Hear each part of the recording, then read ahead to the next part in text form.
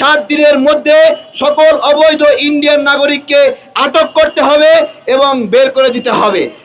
এবার বাংলাদেশের আকাশ পাহারা দিতে আসছে চীনা যুদ্ধ বিমান। টানা উত্তেজনা আর গোলাগুলির মধ্যে এবার সীমান্তে ভারতীয় সেনাদের একাধিক চেকপোস্ট গুঁড়িয়ে দিল পাকিস্তানি সেনারা।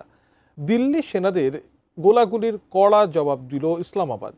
এদিকে কাশ্মীরের আকাশে পাকিস্তানি যুদ্ধবিমান দেখে ভারতের 4টি রাফাল যুদ্ধবিমান পালানোর খবর এরই মধ্যে ছড়িয়ে পড়েছে।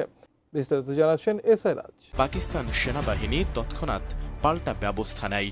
ওই সময় ভারতীয় চেকপোস্ট লক্ষ্য করে হামলা চালায় পাক সেনারা। পাকিস্তানি সেনাদের হামলায় ভারতীয় সেনাদের একাধিক চেকপোস্ট ক্ষতিগ্রস্ত হয়েছে।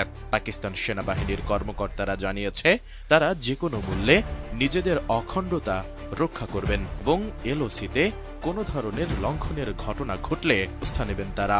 আগামী 24 থেকে 36 ঘন্টার মধ্যে ভারত পাকিস্তানে হামলা করতে পারে বলে গোয়েন্দা তথ্যের বরাত দিয়ে দেশটি জানিয়েছে।